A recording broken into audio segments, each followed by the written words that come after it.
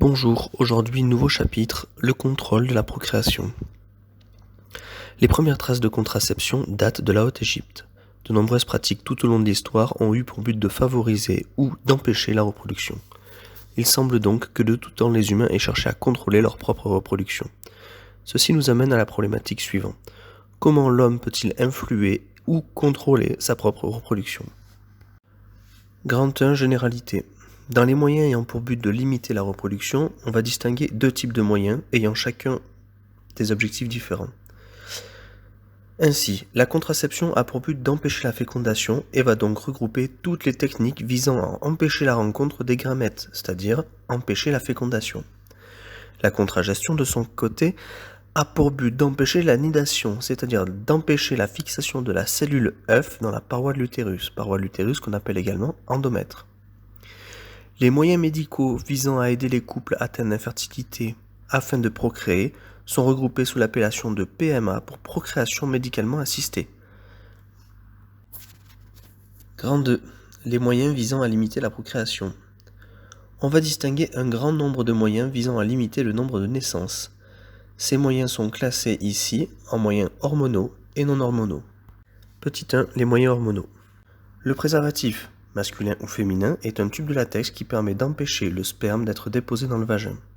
C'est un moyen de contraception ayant une très bonne efficacité s'il est bien utilisé.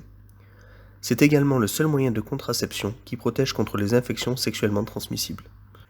Le diaphragme et la cape cervicale sont des dispositifs qui se placent au fond du vagin préalablement à un rapport sexuel et qui obstruent le passage vers l'utérus. Combiné à l'utilisation de gel spermicide, ces dispositifs ont un bon taux de réussite. Le stérilet ou dispositif intra-utérin sans hormones. Il va entraîner une légère inflammation au niveau du myomètre et empêcher la nidation. Il peut également entraîner des problèmes au niveau du mouvement des spermatozoïdes, leur empêchant de remonter vers les ovules. La stérilisation, elle a pour but de sectionner les canaux déférents chez l'homme et d'obstruer les trompes de Fallope chez la femme. C'est la méthode de contraception la plus utilisée dans le monde. Petit 2. Les moyens hormonaux. La pilule œstroprogestative, plus couramment appelée pilule contraceptive, est une combinaison d'œstrogène et d'un progestatif, hormone ressemblant à la progestérone. Les œstrogènes vont tout au long du cycle exercer un rétrocontrôle négatif sur le complexe hypothalamo-hypophysaire. Cela va limiter la croissance du follicule et empêcher la décharge ovulante et donc l'ovulation. Le progestatif va lui empêcher le passage des spermatozoïdes entre le vagin et l'utérus. La pilule progestative, on l'appelle généralement dans le langage courant la micropilule. Elle contient un progestatif mais pas d'œstrogène. Elle est moins efficace que la pilule œstroprogestative car elle ne va agir qu'au niveau du passage des spermatozoïdes du vagin vers l'utérus. Elle ne présente cependant pas de risque cardiovasculaire contrairement à la pilule œstroprogestative.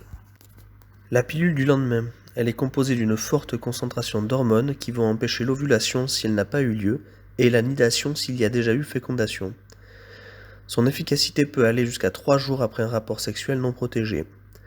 La pilule du surlendemain, quant à elle, fonctionne selon le même principe, mais peut être efficace jusqu'à 5 jours après un rapport sexuel non protégé. Le RU 486, aussi appelé IVG, IVG pour interruption volontaire de grossesse, médicamenteux. Ce dernier est composé d'une molécule ressemblant à la progestérone, il va donc se fixer sur les récepteurs de celle-ci et empêcher la progestérone de s'y fixer. La progestérone ne peut alors plus exercer sa fonction de maintien de la muqueuse utérine, qui se desquame, expulsant ainsi l'embryon. L'implant sous-cutané, quant à lui, est placé sous la peau. Il contient un progestatif qu'il va libérer sur une longue période à faible concentration. Grand 3. Les méthodes de procréation médicalement assistée. La première technique, et la plus simple et la plus ancienne, c'est l'insémination artificielle. Elle a pour but d'inséminer directement du sperme dans l'utérus de la femme. La fécondation in vitro. On commence par réaliser une stimulation hormonale chez une femme. Au bout de quelques jours, on va prélever plusieurs ovules chez cette même personne. Ces ovules vont ensuite être mis au contact de spermatozoïdes dans un milieu propice à la survie de ces deux types de gamètes. Après fécondation, la cellule œuf est réinjectée dans l'utérus de la future mère qui peut être une personne différente de la femme donneuse d'ovules. L'injection intracytoplasmique, quant à elle, aussi appelée ICSI, a le même principe que la FIV, à la différence que le spermatozoïde est injecté avec une micropipette dans l'ovule.